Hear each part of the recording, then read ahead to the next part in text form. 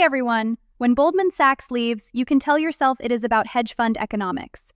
When Samsung leaves, you can tell yourself it is about semiconductor strategy. When ExxonMobil leaves, you can tell yourself it is about a 144-year-old company finally running out of patience. But when Apple closes stores, you have run out of excuses. Apple is not a company chasing tax arbitrage. Apple is not relocating a headquarters to save on square footage. Apple is the most valuable brand on the planet. The company that turned retail into an experience, that built stores in the most expensive real estate in the world on purpose, that stayed in neighborhoods when every other retailer had already gone. When Apple looks at a location and says the conditions have deteriorated past the point of viability, that is not a corporate strategy memo. That is a verdict. On June 20th, 2026, Apple permanently closed 3 stores, one in California, one in Connecticut, one in Maryland. And the reason the company gave, on the record in official communications, was not lease economics. It was not a real estate restructuring. It was not foot traffic data or demographic shifts. The reason Apple gave was this. Other retailers had already left, and conditions in those shopping centers had worsened to the point where remaining was no longer viable. Read that again. Apple is not the first to leave. Apple is the last. By the end of this video, you are going to understand exactly what that distinction means. You are going to see the specific economic chain that runs from state-level policy decisions all the way down to a shuttered Apple store in a mall that used to be full. You are going to understand why Apple's departure is actually the most readable signal in a year full of corporate exits, because Apple does not leave first. Apple leaves when everyone else has already gone, and the math has become completely undeniable. And there is a number buried in the retail vacancy data for California, Connecticut, and Maryland that the financial press walked right past. That number tells you this is not the end of the story. It is the beginning of the next chapter. Pull up the calendar, because the sequence matters here. June 20th, 2026. Apple closes 3 retail locations permanently. The closures are spread across 3 separate blue states, California, Connecticut, and Maryland. These are not obscure markets. California is the largest state economy in America.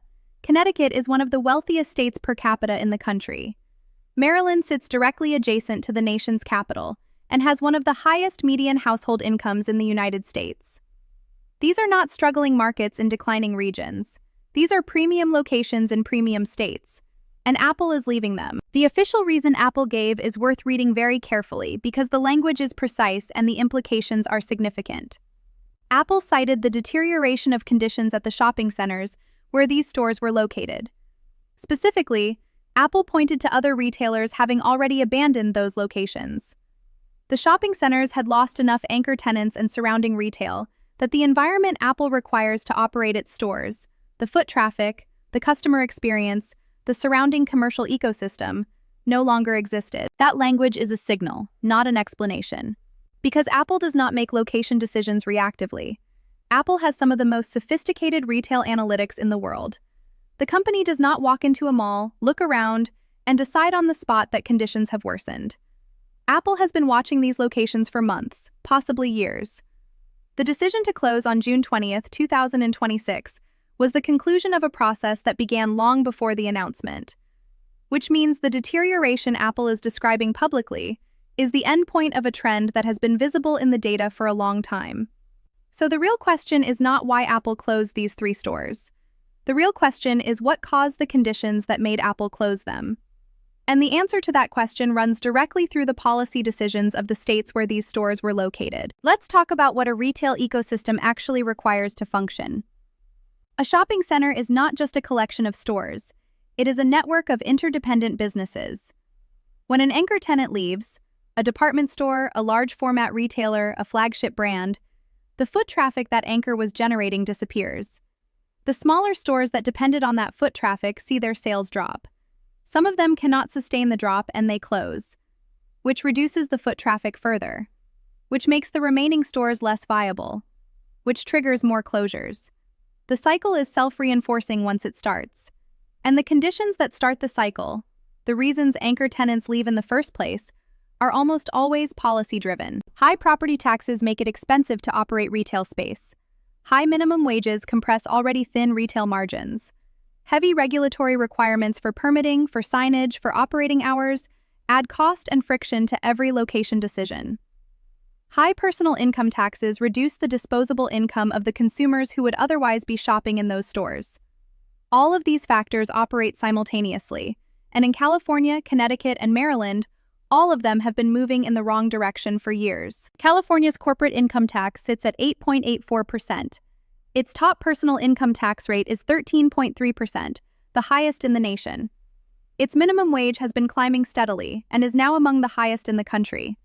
Its commercial real estate costs are among the most expensive in the world, and its regulatory environment for retail operations is one of the most complex and burdensome in America. Connecticut has the fifth highest combined state and local tax burden in the United States. Maryland has the eighth highest. Neither state has made meaningful moves to reduce the structural costs of operating a retail business within their borders. Now layer on what happened to the retail sector nationally over the past 3 years. The post-pandemic shift to e-commerce permanently reduced foot traffic in physical retail locations across the country. Hybrid work patterns emptied out the office buildings that used to send thousands of workers past mall storefronts every day. And in states with high costs of living, consumers have less discretionary income to spend on retail, even when they do show up. The combination of structural economic pressure and state-level policy decisions has been hollowing out commercial retail in blue states for years. Apple watched it happen. Apple tracked it in the data, and on June 20th, Apple called it. Here is the number that should be in every headline and is not. Commercial retail vacancy rates in California shopping centers hit multi-decade highs in 2025. In Connecticut, multiple major regional malls have lost more than 40% of their retail tenants since 2019. In Maryland, the vacancy rate in Class B and Class C retail properties, the supporting ecosystem around flagship stores like Apple, has been running above historical norms for 3 consecutive years. These are not anomalies. They are the documented, measurable result of an economic environment that has been making retail operations progressively less viable. And here is what makes Apple's departure different from every other retailer that has already left those locations. Apple has the highest revenue per square foot of any retailer in the world, by a significant margin. When economists and retail analysts measure the efficiency of a retail space, Apple is the benchmark, the company that extracts more value per square foot than anyone else on the planet. If Apple cannot make a location work, it is not because Apple lacks the capability.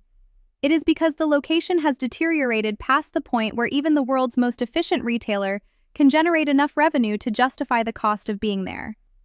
That is the threshold Apple just told you those 3 locations have crossed. Think about what that means for every other retailer still in those shopping centers.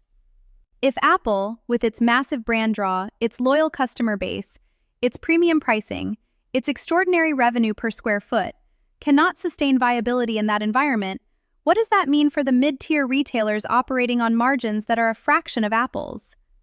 What does it mean for the local restaurants and service businesses that depend on the foot traffic those retailers generate? The answer is already visible in the vacancy data. Apple is not predicting the deterioration of those commercial ecosystems. Apple is confirming it. The deterioration already happened. Apple is just the last one to say so publicly. Now let's zoom out to what this means at the state level, because this is where the story connects to everything else happening in the American economy right now. California, Connecticut, and Maryland are not just losing Apple stores, they are losing commercial tax base. Every retailer that closes a location stops paying commercial property taxes, stops generating sales tax revenue, stops employing workers who pay income taxes. The municipal budgets that depend on that revenue face shortfalls. The response to those shortfalls, historically and consistently in these states, is to increase other taxes on the businesses and residents that remain, which further compresses the economic viability of operating in those states, which accelerates the next round of retail closures, which creates the next shortfall. That is the same death spiral running in retail that we have documented in corporate headquarters, in financial firms, in manufacturing plants. The mechanism is identical, the scale is different, but the math is the same. And Apple just gave you a very precise, very public, very well-documented data point, confirming that the spiral is now reaching even the most resilient commercial operators in the world. The states where Apple just closed stores are the same states already dealing with billion-dollar budget deficits, mass corporate headquarter departures, and billionaire exodus. New York is running a $5.4 billion structural deficit.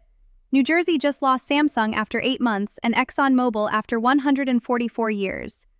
California watched Mark Zuckerberg, Larry Page, and Sergey Brin leave before a wealth tax even reached the ballot.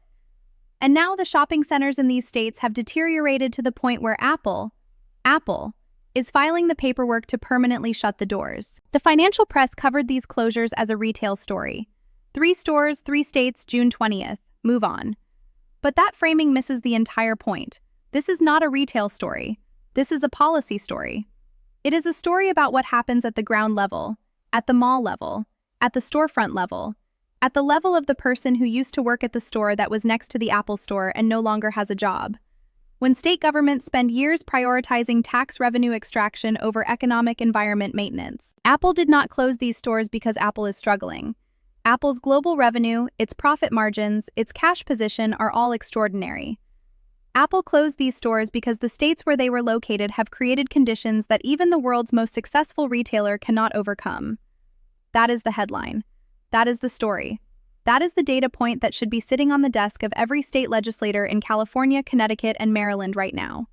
It probably is not. But the receipt is public.